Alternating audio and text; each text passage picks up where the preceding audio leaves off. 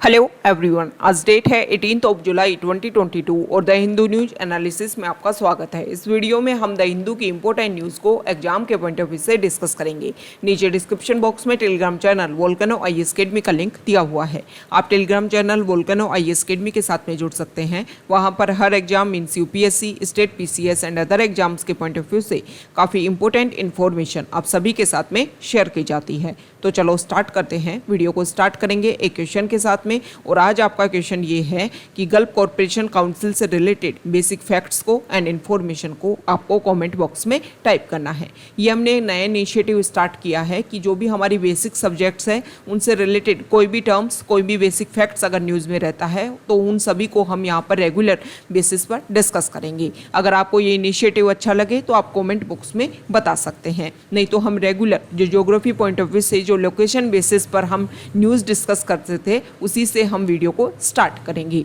कल हमने आपसे क्वेश्चन पूछा था अमेजन रिवर को लेकर के, तो अमेजन रिवर को अगर हम मैप में व्यू करें, Amazon river south America continent में लोकेटेड है, साउथ अमेरिका कॉन्टिनेंट के नॉर्दर्न पार्ट में। आप सभी को पता है साउथ अमेरिका कॉन्टिनेंट के वेस्टर्न पार्ट पर एंडीज माउंटेन लोकेटेड है और एंडीज माउंटेन से ओरिजिन होता है अमेजन रिवर का। अमेजन रिवर जो है वेस्ट टू ईस्ट फ्लोइंग करते हुए लास्ट में अटलांटिक ओशन में अपने वाटर को डिस्चार्ज करती है।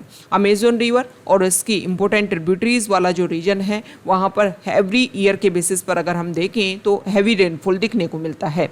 तो यहाँ पर ट्रॉपिकल रेन फॉरेस्ट पाए जाते हैं इस एरिया में, और ये जो ट्रॉपिकल रेन फॉरेस्ट हैं वो हमारी अर्थ के पॉइंट ऑफ व्यू से काफ़ी ज़्यादा इंपॉर्टेंट हैं, लेकिन प्रेजेंट टाइम में क्लाइमेट चेंज की वजह से और ह्यूमन एक्सप्लॉयटेशन की वजह से ये जो ट्रॉपिकल रेन फॉरेस्ट हैं इनकी जो क्वांटिटी जो है वो काफ़ी ज़्यादा कम होने लग गई है, और एक तरीके से इन सभी का इफेक्ट जो है फिर एनवायरनमेंट के ऊपर देखने को मिलता है। तो ये कुछ बेसिक फैक्ट्स हैं अमेजन रिवर से रिलेटेड जो हमारे एग्जाम के पॉइंट ऑफ व्यू से इम्पोर्टेंट है।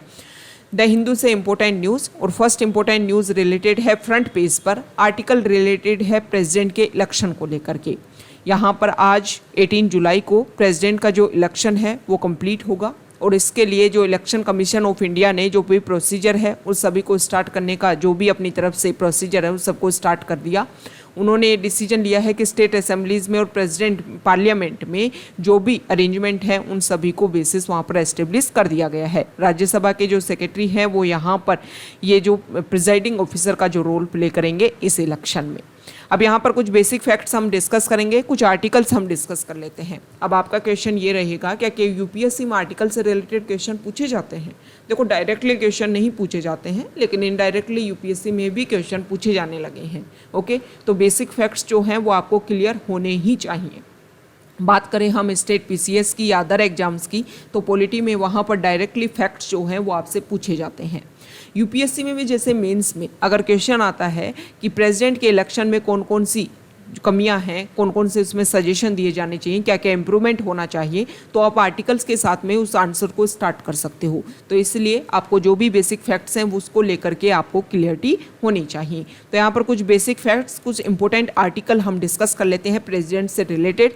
हमारे कॉन्स्टिट्यूशन में एक बात बोली गई है आर्टिकल 52 में कि हमारी कंट्री का एक प्रेसिडेंट होगा। आर्टिकल 55 में हमारे प्रेसिडेंट का जो इलेक्शन होगा उसका क्या प्रोसीजर रहेगा, किस तरीके से प्रेसिडेंट को इलेक्ट किया जाएगा, उसके बारे में यहाँ पर बता रखा है। और ये आप सभी को पता है कि प्रेसिडेंट के इलेक्शन में state legislative assembly and parliament की जो भी इलेक्टेड मेंबर्स हैं वो इसमें पार्टिसिपेट करते हैं। सबसे इम्पोर्टेंट बात, स्टेट लेजिस्लेटिव असेंबली के जो मेंबर्स हैं उनकी एक वोट की वैल्यू जो है वो उनकी स्टेट की पॉपुलेशन पर डिपेंड करती है। मतलब हर स्टेट के जो लेजिस्लेटर्स हैं उनकी वोट की वैल्यू जो है वो यहाँ पर वेरी करेगी, क्योंकि अगर हम देखें तो उत्तर प्रदेश और बिहार जो स्टेट हैं वहाँ पर पॉपुलेशन ज़्यादा पाई जाती है। तो पॉपुलेशन के बेसिस पर ये जो रिकमेंडेशन है इससे वहाँ के लेजिस्लेटर की वोट की वैल्यू जो है वो वहाँ पर ज़्यादा रहेगी। लेकिन कुछ स्टेट जो हैं जहाँ पर पॉपुलेशन कम है तो वहाँ के लेजिस्लेटर की वोट की वैल्यू कम रहेगी।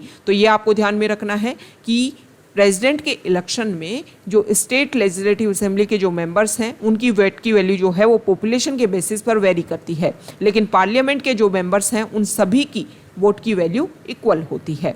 ओके, तो इसके अलावा जो प्रोसीजर है उसमें ये पार्टिसिपेट करते हैं स्टेट लेजिस्लेटिव असेंबली, पार्लियामेंट और 2 यूटी जिसमें दिल्ली और पुदुचेरी दोनों के जो इलेक्टेड मेंबर्स हैं वो इसमें पार्टिसिपेट करते हैं, नॉमिनेटेड मेंबर्स पार्टिसिपेट नहीं करते हैं। दूसरा सबसे इम्पोर्टेंट बात, सीक्रेट बैलेट से यहाँ पर वोटिंग होती है। सीक्रेट बैलेट मतलब कोई भी मेंबर यहाँ पर वोटिंग कर रहा है तो वोटिंग में किसी भी पार्टी जो अपना एक विप क्या होता है कि कोई भी पार्टी अपना एक रिप्रेजेंटेटिव अपॉइंट करती है, कि जैसे कि अभी हमने डिस्कस किया कुछ टाइम पहले स्टेट लेजिस्लेटिव काउंसिल के इलेक्शन हुए तो वहाँ पर ओपन बैलेट से इलेक्शन होते हैं। उसमें क्या होता है कि कोई पार्टी अपना एक रिप्रेजेंटेटिव अपॉइंट करती है, वो उस इलेक्शन के प्रोसीजर को मेंटेन करने की कोशिश करेगा कि पार्टी के मेंबर जो हैं वो किसको वोट कर रहे हैं। मतलब पहले पार्टी डिसीजन करती है कि हम इसको वोट करेंगे, इसको जिताएंगे, फिर यहाँ पर जो विप है वो एक तरीके से ओवरव्यू करने की कोशिश करता है कि हमारे जो मेंबर हैं उन्होंने उसमें पार्टिसिपेट किया या नहीं, जिस कैंडिडेट को हम जिताना चाह रहे थे उसमें पार्टिसिपेट किया या नहीं। अभी आपने देखा होगा कि जो स्टेट लेजिस्लेटिव काउंसिल, इसके अलावा अगर हम बात करें तो जो राज्यसभा के लिए जो इलेक्शन होता है उसमें भी ओपन बैलेट होता है। तो राज्यसभा में अभी राजस्थान में जब राज्यसभा की सीट के लिए इलेक्शन हुआ तो बीजेपी पार्टी से रिलेटेड जो स्टेट लेजिस्लेटर हैं उन्होंने यहाँ पर किसी अदर मेंबर को सपोर्ट कर दिया था। तो ये ओपन बैलेट से जब इलेक्शन होते हैं तभी ये बातें पता चल पाती हैं। लेकिन प्रेसिडेंट के इलेक्शन में सीक्रेट बैलेट से वोटिंग होगी, जो भी मेंबर हैं वो यहाँ पर वोट करेंगे। और इसमें ये जो आर्टिकल है इसमें क्लियरली यहाँ पर बोल रखा है कि जो इलेक्शन होगा उसमें इलेक्शन कमीशन ऑफ इंडिया ने अलग अलग पेपर, मतलब जैसे कि अगर हम बात करें कि जो एमपी हैं उनको ग्रीन कलर का बैलेट पेपर दिया जाएगा और जो एमएलए हैं उनको पिंक कलर का बैलेट पेपर दिया जाएगा। इसके अलावा जो पेन है वो भी इलेक्शन कमीशन के द्वारा ही दिया जाएगा और पोलिंग बूथ पर आपको पेन दिया जाएगा। जो भी एमपी एमएलए हैं उसी पेन से आपको फिल करना है कि आपको यहाँ पर प्रायोरिटी दी जाती है ना। कैसे, आप इस तरीके से समझिए, प्रेसिडेंट के इलेक्शन में जितने भी कैंडिडेट खड़े हुए हैं जैसे 1 2 3 4 इस तरीके से उनके नेम जो है वो लिख दिए जाएंगे इलेक्शन कमीशन ने अपने बैलेट पेपर में। अब यहाँ पर जो भी मेंबर आएगा वो अपनी प्रायोरिटी देगा सभी कैंडिडेट को। जैसे कि मान लो जो 2 नंबर पे जो कैंडिडेट है उसको फर्स्ट नंबर पर रखना चाहते हैं, फिर इस तरीके से इसको सेकेंड नंबर पर, इसको थर्ड नंबर या इसको 4th नंबर पर। ओके, तो यहाँ पर हर कैंडिडेट जो है उसको प्रायोरिटी दी जाती है जो भी इस इलेक्शन में पार्टिसिपेट करते हैं। सबसे इम्पोर्टेंट बात, प्रेसिडेंट का जो इलेक्शन है वो डायरेक्ट इलेक्शन नहीं होता, मतलब हम जो डायरेक्ट पॉपुलेशन जो है वो इसमें पार्टिसिपेट नहीं करती है। ओके, तो ये कुछ बेसिक फैक्ट्स हो गई। इसके अलावा हमारे कॉन्स्टिट्यूशन का आर्टिकल 62 सब क्लोज 1 जो है वो ये बोलता है कि कोई भी प्रेसिडेंट प्रेजेंट टाइम में इंडिया का है, अगर उसकी टर्म कंप्लीट होने से पहले ही हम उसकी जो टर्म कंप्लीट हो रही है 5 ईयर की टर्म होती है, उससे पहले ही जो इलेक्शन का जो प्रोसीजर है वो कंप्लीट कर लिया जाए ताकि हमारे इंडिया को टाइम से रहते हुए जो नया प्रेसिडेंट है वो यहाँ पर बन करके आ जाए। ओके, तो हमारे जो अभी प्रेसिडेंट है रामनाथ कोविंद, उनकी टर्म जो है वो 25 जुलाई को कंप्लीट हो जाएगी। तो उससे पहले इलेक्शन का प्रोसीजर जो है वो कंप्लीट हो जाएगा और इंडिया को नए प्रेसिडेंट मिल जाएंगे।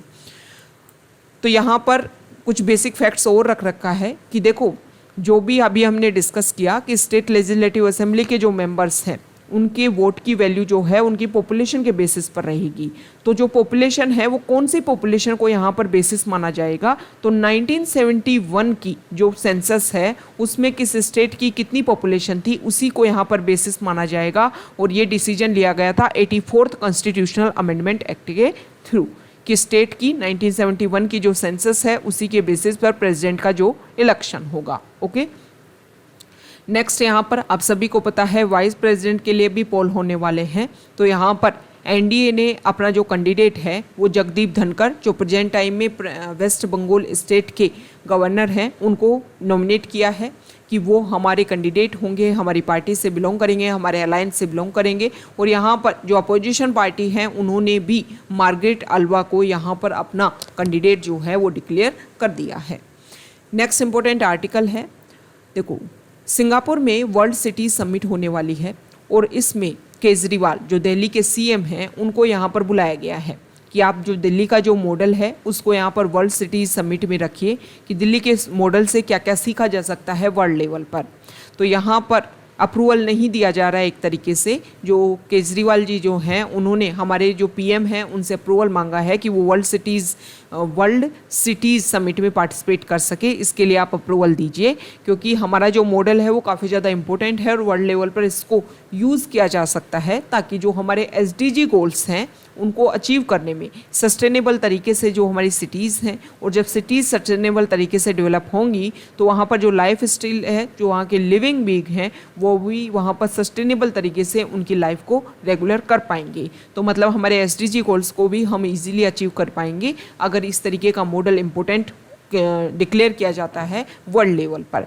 तो यहाँ पर उन्होंने, दिल्ली के जो सीएम है, उन्होंने आरोप लगाया कि फेडरलिज्म जो हमारे एक बेसिक स्ट्रक्चर है हमारे कॉन्स्टिट्यूशन का, उसको डाइल्यूट करने की कोशिश की जा रही है यहाँ पर सेंट्रल गवर्नमेंट के द्वारा। सेंट्रल गवर्नमेंट जो है वो अपना डोमिनेंस क्रिएट करने की कोशिश करती है। ओके, तो यहाँ पर वर्ल्ड सिटीज़ समिट की अगर हम बात करें तो 2008 से ये समिट स्टार्ट किया गया था, और इस समिट में हर 2 साल में ये समिट होती है, जिसमें सिटीज़ को सस्टेनेबल तरीके से किस तरीके से डेवलप किया जाए इसके ऊपर फोकस किया जाता है। यहाँ पर उन्होंने बोला है कि सेंट्रल गवर्नमेंट जो है वो फेडरलिज्म को डाइल्यूट करने की कोशिश कर रही है। तो फेडरलिज्म क्या होता है? Federalism means 2 level of government, 1 level of government and central level and 1 level of government and state level.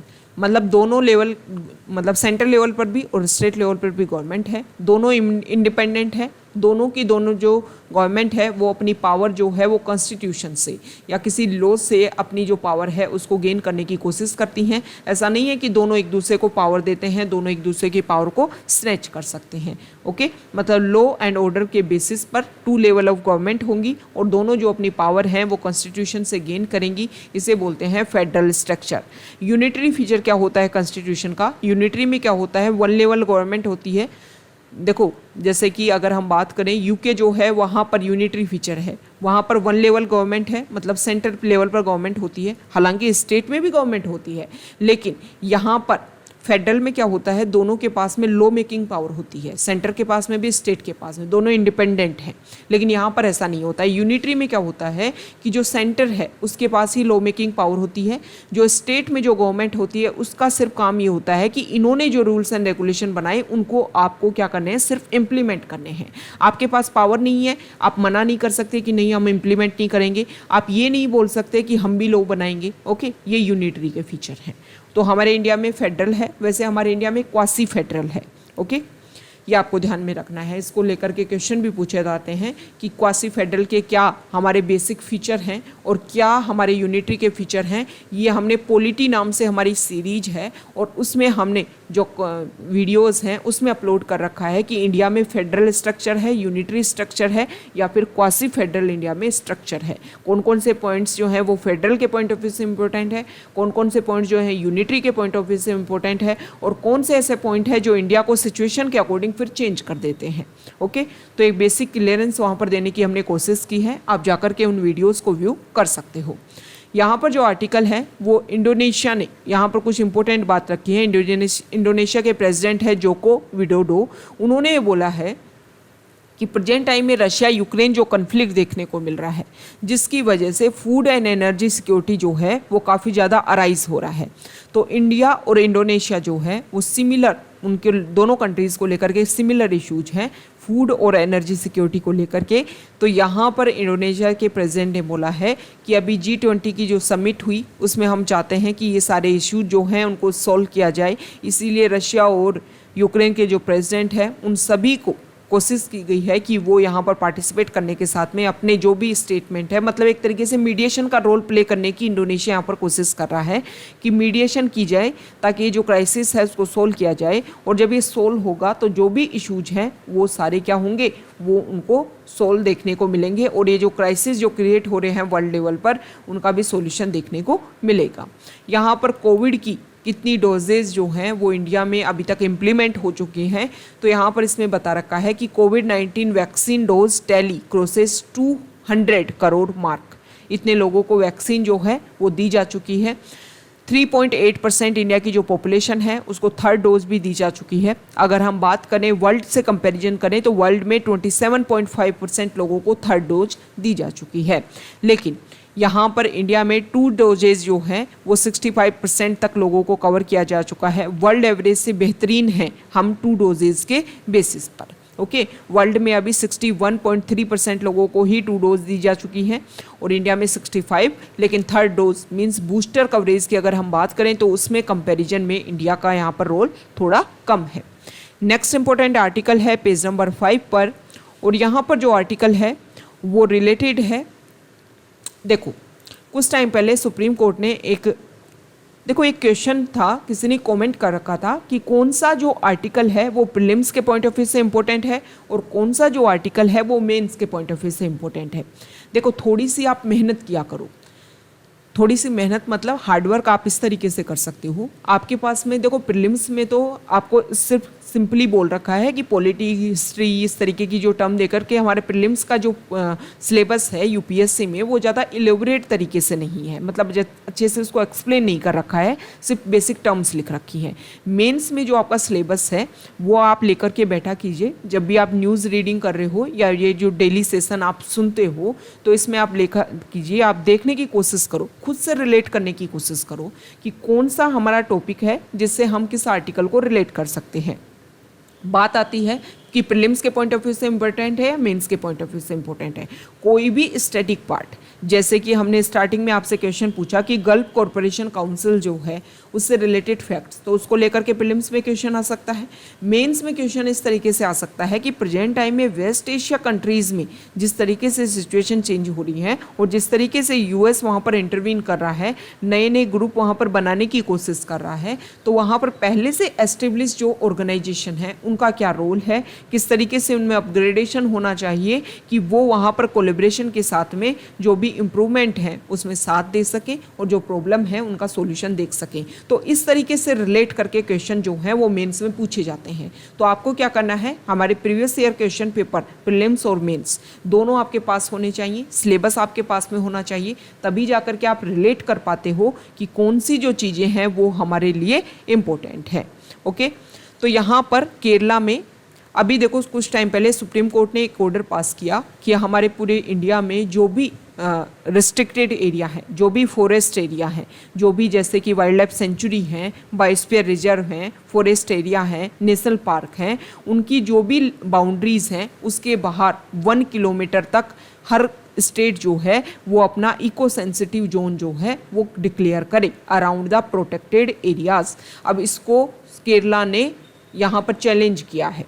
Kerala ने सेंट्रल गवर्नमेंट से बोला है कि यहाँ पर अगर आप केरला और ऑल ओवर कंट्री का कंपैरिजन करोगे तो केरला में बहुत सारे नेशनल पार्क हैं, बहुत सारे क्या हैं वहाँ पर वाइल्ड लाइफ सेंचुरी हैं। तो इस तरीके से अगर हर प्रोटेक्टेड एरिया के बाहर वो 1 किलोमीटर एरिया को भी प्रोटेक्ट करने लगे इको सेंसिटिव जोन के बेसिस पर, तो वहाँ पर जो भी पॉपुलेशन रह रही है उन सभी को वहाँ से रिमूव करना होगा। इसके अलावा डेंसिटी की अगर हम बात करें तो केरला की जो डेंसिटी है वो हमारी कंट्री की डेंसिटी से काफ़ी ज़्यादा है और इसके बेसिस पर वहाँ पर जो है अदर जोग्राफिकल एरिया पे और ज़्यादा बर्डन क्रिएट हो जाएगा। अभी हमने देखा कि केरला में सिल्वर लाइन प्रोजेक्ट को लेकर के प्रोटेस्ट किया जा रहा था और उसका भी मेन रीजन ये था कि वहाँ पर जो प्रॉब्लम है वो जो बर्डन है ज्योग्राफिकल बेसिस पर वो बर्डन जो है वो क्रिएट हो जाएगा और इसीलिए सिल्वर लाइन प्रोजेक्ट का भी केरला में विरोध किया जा रहा था, अपोज किया जा रहा था कि वहाँ पर जो भी प्रोजेक्ट हैं वो इस तरीके से इम्प्लीमेंट ना किए जाएं कि वहाँ पर जो एग्रीकल्चर लैंड है उसको लेकर के इशू क्रिएट हो और भी जो इको सेंसिटिव एरिया हैं उन सभी को लेकर के इशू वहाँ पर क्रिएट हो। इसको लेकर के जो टेक्स्ट पेज आता है वहाँ पर भी डिस्कशन किया हुआ है, वहाँ पर भी हम इस आर्टिकल को अच्छे से डिस्कस करेंगे। यहाँ पर जो आर्टिकल है देखो, जो नेक्स्ट आर्टिकल है इसमें बता रखा है कि एडिटोरियल पेज पर यहाँ पर जो फर्स्ट आर्टिकल है, अभी प्रेजेंट टाइम में जो हमने वाइस प्रेसिडेंट के लिए एनडीए गवर्नमेंट ने, एनडीए अलायंस ने जो अपना कैंडिडेट यहाँ पर इलेक्ट किया है, तो इसके बारे में बता रखा है कि जगदीप धनखड़ जो हैं वो फार्मर कम्युनिटी से बिलोंग करते हैं और जाट कम्युनिटी से बिलोंग करते हैं। जाट कम्युनिटी जो है वो राजस्थान, हरियाणा और उत्तर प्रदेश जो स्टेट हैं वहाँ पर मेजोरिटी में वो लोग रहते हैं। तो यहाँ पर ये बताया गया है कि हो सकता है कि एनडीए जो है वो आने वाले टाइम में 2023 में जो राजस्थान में इलेक्शन होने वाले स्टेट लेजिस्लेटिव असेंबली के, उन सभी को इन्फ्लुएंस करने के लिए, और यहाँ पर फार्मर्स का आप सभी ने देखा कि काफ़ी लंबे टाइम से यहाँ पर प्रोटेस्ट देखने को मिला था, तो उस कम्युनिटी को भी यहाँ पर एक तरीके से अपने साथ में लेने के लिए ये जो कैंडिडेट है उनको उन्होंने इलेक्ट किया है।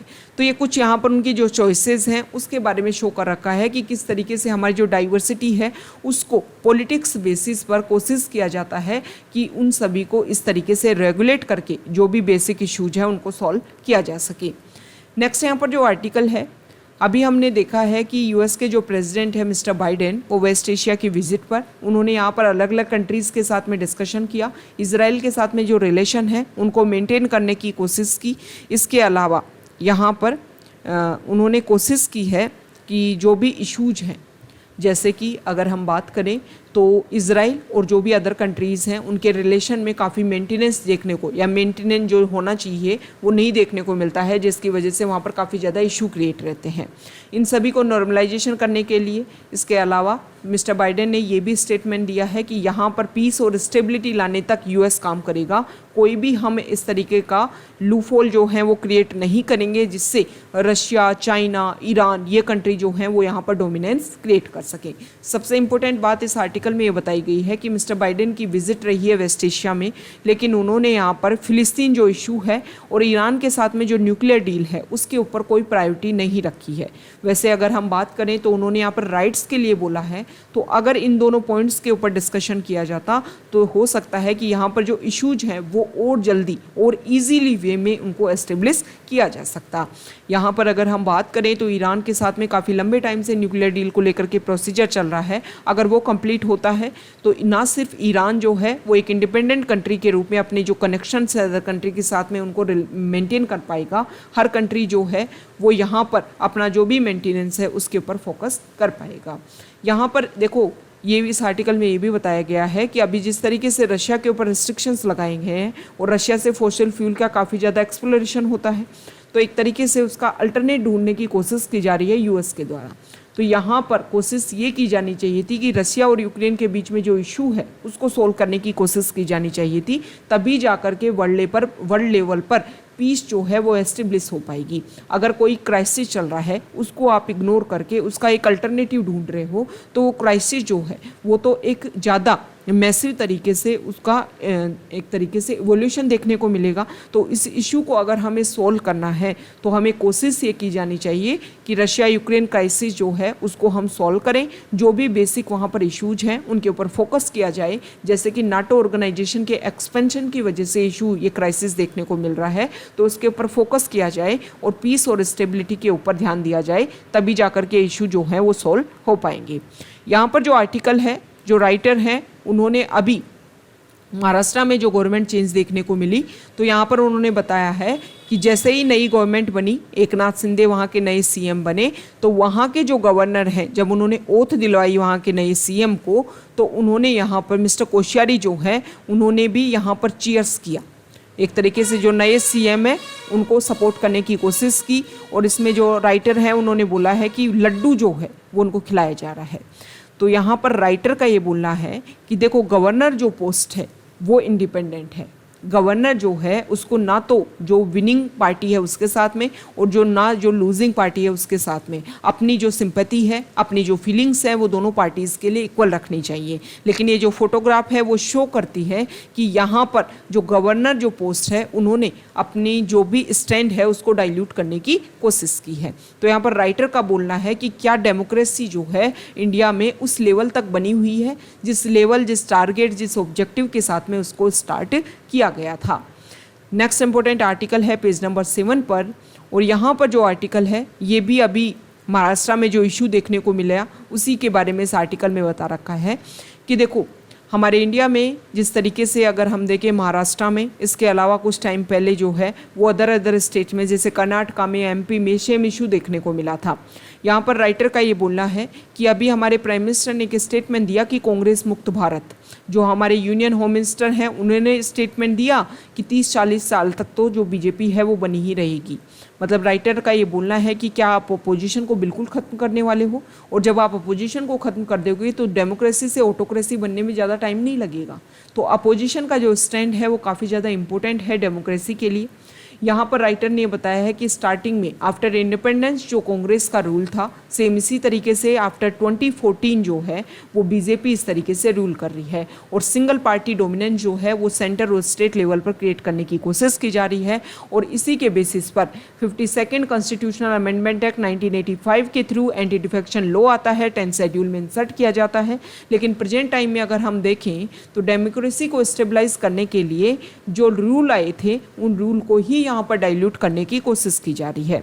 यहाँ पर यह बताया गया है कि हमारा जो इंडियन कॉन्स्टिट्यूशन है वहाँ पर पार्लियामेंट्री सिस्टम को हमने फोकस किया था, प्रेसिडेंशियल सिस्टम के अलावा हमने माना था कि हमें पार्लियामेंट्री सिस्टम चाहिए। पार्लियामेंट्री सिस्टम को लेकर के जब क्वेश्चन किया गया तो B.R. अम्बेडकर ने कुछ बेसिक बातें रखी कि यहाँ पर जो a democratic executive must satisfy 2 condition.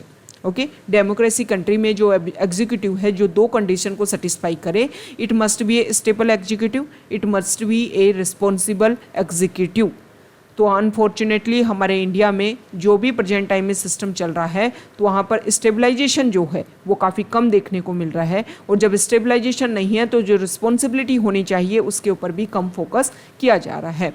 तो यहाँ पर जो इशू है कि जिन टारगेट्स को अचीव करने के लिए हमने इन टारगेट्स को, इन बेसिक फीचर्स को इंसर्ट किया था, उनको तो यहाँ पर डाइल्यूट करने की कोशिश की जा रही है। तो इस हमें क्या करना है, हमें अगर डेमोक्रेसी को प्रिजर्व करना है तो जो भी लूपहोल्स हैं उनको हमें ख़त्म करने होंगे, और जो भी मेन ऑब्जेक्टिव है डेमोक्रेसी का उसको हमें रेगुलर करने के लिए उसके ऊपर फोकस करना होगा। यहाँ पर जो आर्टिकल है देखो, वैसे कल हमने डिस्कस किया था कि अभी जो चेस ओलंपियाड है वो हमारे इंडिया में होने वाला है। यहाँ पर 16 year old grand master Chennai से मिले हैं डी गुकेश, और ये जो डी गुकेश हैं इनको 2700 ELO रेटिंग मिली है। तो यहाँ पर ये बता रखा है कि देखो अगर हम एज के बेसिस पर देखें जो 2700 रेटिंग के पास में पहुँचे हैं तो इसमें डी गुकेश जो हैं वो 3rd नंबर पर आते हैं। ओके, तो अगर हम देखें तो ये जो ग्रैंड मास्टर जो भी हमारे इंडिया में नए नए ग्रैंड मास्टर आते हैं इसके बेसिस पर अगर हम देखें तो इंडिया के लिए काफ़ी बेहतरीन अचीवमेंट है, और यहाँ पर काफ़ी ज़्यादा जो हमारा यूथ है वो चेस में अपने आप को रिप्रेजेंट कर रहा है। नेक्स्ट जो आर्टिकल है पेज नंबर 8 पर, और यहाँ पर जो आर्टिकल है केरला में जो अभी सुप्रीम कोर्ट का जो नोटिफिकेशन हुआ इको सेंसिटिव जोन को लेकर के, उसके बारे में यहाँ पर बता रखा है कि केरला जो है वो प्रोटेस्ट क्यों कर रहा है। प्रोटेस्ट करने का मेन रीज़न यही है कि 1 किलोमीटर एरिया अगर सराउंडिंग लेवल पर सिक्योर किया जाएगा तो यहाँ पर 23-24 national park and wild life sanctuary है। तो आप सोचो कितना एरिया जो है वो कवर कर लिया जाएगा इस नए नोटिफिकेशन से। ओके, और हमारे जो केरला स्टेट है वहाँ पर 30% तो फॉरेस्ट लैंड है, और 48% स्टेट का जो है वेस्टर्न घाट कंप्लीट कर लेते हैं। तो वहाँ पर पॉपुलेशन रहेगी कहाँ जब सभी जो एरिया है उसको हम क्या कर लेंगे, इस तरीके से प्रोटेक्ट करेंगे। तो यहाँ पर केरला ने ये बोला है कि सेंटर को ये कोशिश करनी चाहिए कि स्टेट के साथ में, स्टेट के बेसिस पर किसी स्टेट में जो है वो इशू है तो वहाँ पर मतलब स्टेट के बेसिस पर ये जो है वो क्राइटेरिया डिसाइड किया जाना चाहिए। इसको लेकर के सेंट्रल गवर्नमेंट जो है वो नए रूल्स एंड रेगुलेशन में इस बात को ध्यान में रखे कि कोई भी नोटिफिकेशन रिलीज़ करने से पहले स्टेट के साथ में डिस्कशन करे और फिर इस तरीके के जो रूल्स एंड रेगुलेशन हैं वो इम्प्लीमेंट हो। तो इसीलिए प्रोटेस्ट किया जा रहा है कि भाई वहाँ पर हमारे पास में पहले ही लैंड एरिया कम है। अगर हमारे कंट्री से हम कंपैरिजन करें तो हमारे यहाँ पर जो एक तरीके से 1 किलोमीटर में जितने लोग हमारी कंट्री में रहते हैं उससे डबल ट्रिपल जो है वो केरला में रहते हैं 1 किलोमीटर, मतलब पॉपुलेशन डेंसिटी जो है वो यहाँ पर काफ़ी ज़्यादा है। तो अगर इससे ये नया जो नोटिफिकेशन है इसके बेसिस पर अदर एरियाज़ को अगर हम प्रोटेक्ट करेंगे तो इससे जो प्रॉब्लम है वो और ज़्यादा इंक्रीज़ हो जाएगी। कम एरिया में जो पॉपुलेशन डेंसिटी है वो और ज़्यादा इंक्रीज़ इससे देखने को मिलेगी। नेक्स्ट इंपॉर्टेंट आर्टिकल है एलोन मस्क। आप सभी को पता है इलोन मस्क ने ट्विटर डील करने की कोशिश की थी, लेकिन अभी इलोन मस्क ने डिक्लेयर किया है कि हम ट्विटर डील नहीं करेंगे। यहाँ पर एक मेजर रीज़न ये बताया जा रहा है कि टेस्ला जो उनकी मेजर कंपनी है जिससे उनकी इकोनॉमिक कंडीशन जो है वो काफ़ी ज़्यादा स्टेबलाइज होती है, उसमें कुछ कमी देखने को मिली, कुछ वहाँ पर डिक्रीज़ देखने को मिला, जिसकी वजह से भी हो सकता है कि ट्विटर डील नहीं हुई हो। तो यहाँ पर ट्विटर ने घसीट लिया है इनको कि भाई जो आपने ट्विटर डील की थी, आपने पर शेयर इतने रुपए देने की बात की थी, इतनी डॉलर देने की बात की थी, अब यहाँ पर हमें कंपनसेट करो। क्योंकि इलोन मस्क ने ये बोला कि ट्विटर डील को हम क्या करेंगे, ट्विटर को एक ओपन मार्केट के रूप में एस्टेब्लिश करेंगे जहां पर फ्रीडम ऑफ स्पीच जो है वो सबको दिया जाएगा। तो यहाँ पर ट्विटर और इलोन मस्क के बीच में क्या कोर्ट इशू रहेगा, क्या इसका रिजल्ट निकल करके आएगा, वो हमारे लिए इम्पोर्टेंट रहेगा, लेकिन इसको कोर्ट में सॉल्व करने की बात अब की गई है। नेक्स्ट इंपॉर्टेंट आर्टिकल है पेज नंबर 10 पर, और यहाँ पर देखो, यहाँ पर जो वो बेल को लेकर के कोशिश की जा रही है, सुप्रीम कोर्ट के जो जजेस हैं उन्होंने क्वेश्चन किया है कि बेल को लेकर के जो हमारा प्रोसीजर है उसमें हमें कुछ चेंज करने की कोशिश की जानी चाहिए, ताकि जो अंडर ट्रायल प्रिजनर्स हैं उनके बेसिस पर जो बेल है वो उनको दी जा सके, ताकि जो हमारी प्रिजन है उसके ऊपर जो बर्डन है वो कम क्रिएट हो सके। यहाँ पर जो आर्टिकल है वो मानसून सेशन को लेकर के है, और इसमें बताया गया है कि 32 बिल जो हैं वो इसमें लिस्ट किए गए हैं जिनके ऊपर डिस्कशन होगा। यहाँ पर ये बताया गया है कि मानसून सेशन में जो हमारी पार्लियामेंट है उसकी सिटिंग तो बहुत कम है, तो फिर 32 बिल्स को किस तरीके से यहाँ पर डिस्कशन किया जाएगा, अब किस तरीके से यहाँ पर गवर्नमेंट इनको पास करवाने की कोशिश करती है वो इम्पोर्टेंट रहेगा। नेक्स्ट इंपॉर्टेंट आर्टिकल है पेज नंबर 12 पर, और यहाँ पर ये बताया गया है कि देखो, बार बार जो गवर्नमेंट है वो ये डिसीजन लेती है कि हम लोन वेविंग कर रहे हैं। ओके, तो यहाँ पर एक स्टडी आई है, इसमें बताया गया है कि जब गवर्नमेंट जो है वो वादे करती है कि लोन वेविंग किए जाएंगे फार्मर्स के, तो इसमें से ओनली 50% जो फार्मर्स हैं उनको भी लोन वेवर्स का बेनिफिट देखने को मिलता है। और तेलंगाना, मध्य प्रदेश, झारखंड, पंजाब, ये स्टेट ऐसे हैं जहाँ पर तो बहुत कम लोन वेविंग जो स्कीम है उनका बेनिफिट मिला है। ये स्टेट ऐसे हैं छत्तीसगढ़, आंध्र प्रदेश, महाराष्ट्र, यहाँ पर लोन वेविंग स्कीम का अच्छा खासा बेनिफिट मिला है फार्मर्स को। नेक्स्ट इंपॉर्टेंट आर्टिकल है फॉरेन पेज पर, और फॉरेन फ्रंट पेज पर भी इसको लेकर के इमेज आई थी, और यहाँ पर फॉरेन पेज पर बता रखा है कि अगर हम यूरोप के मैप को यहाँ पर व्यू करेंगे तो यूरोप का मैप साउथ वेस्ट वाला जो रीजन है, मतलब पुर्तगाल, स्पेन और फ्रांस वाला जो रीजन, इसके अलावा साउथ में अगर हम देखें तो ग्रीस वाला जो रीजन है वहाँ पर जो है वाइल्ड फायर के यहाँ पर इशू देखने को मिल रहे हैं, जिसकी वजह से काफ़ी लोग जो हैं वो इससे इफेक्ट हुए हैं। ये जो आर्टिकल है इसमें बता रखा है कि क्लाइमेट चेंज की वजह से जो टेम्परेचर है वो कंपैरिजन करे अदर ईयर से तो काफ़ी ज़्यादा हाइक देखने को मिल रहा है, जिसकी वजह से ये सारे इश्यूज क्रिएट हो रहे हैं। ना सिर्फ टेम्परेचर क्रिएट हो रहा है, हीट वेव्स यहाँ पर देखने को मिल रही हैं, जिसकी वजह से ये सारी प्रॉब्लम्स जो हैं वो क्रिएट हो रही हैं। मतलब क्लाइमेट चेंज का जो भी रिजल्ट है वो यहाँ पर दिखने लग गया है अगर हम वर्ल्ड लेवल पर देखेंगे। एक्सट्रीम वेदर इवेंट्स जो हैं वो टाइम के साथ में इंक्रीज़ होने लग गए हैं, और इस तरीके के जो इश्यूज हैं वो भी इंक्रीज़ होने लग गए हैं। तो ये आज का हमारा द हिंदू न्यूज़पेपर का डिस्कशन था। अगर आप यहाँ तक आए हैं, वीडियो आपको अच्छा लगा है तो प्लीज़ वीडियो को लाइक कीजिए, शेयर कीजिए और चैनल को सब्सक्राइब कीजिए। Okay, thank you.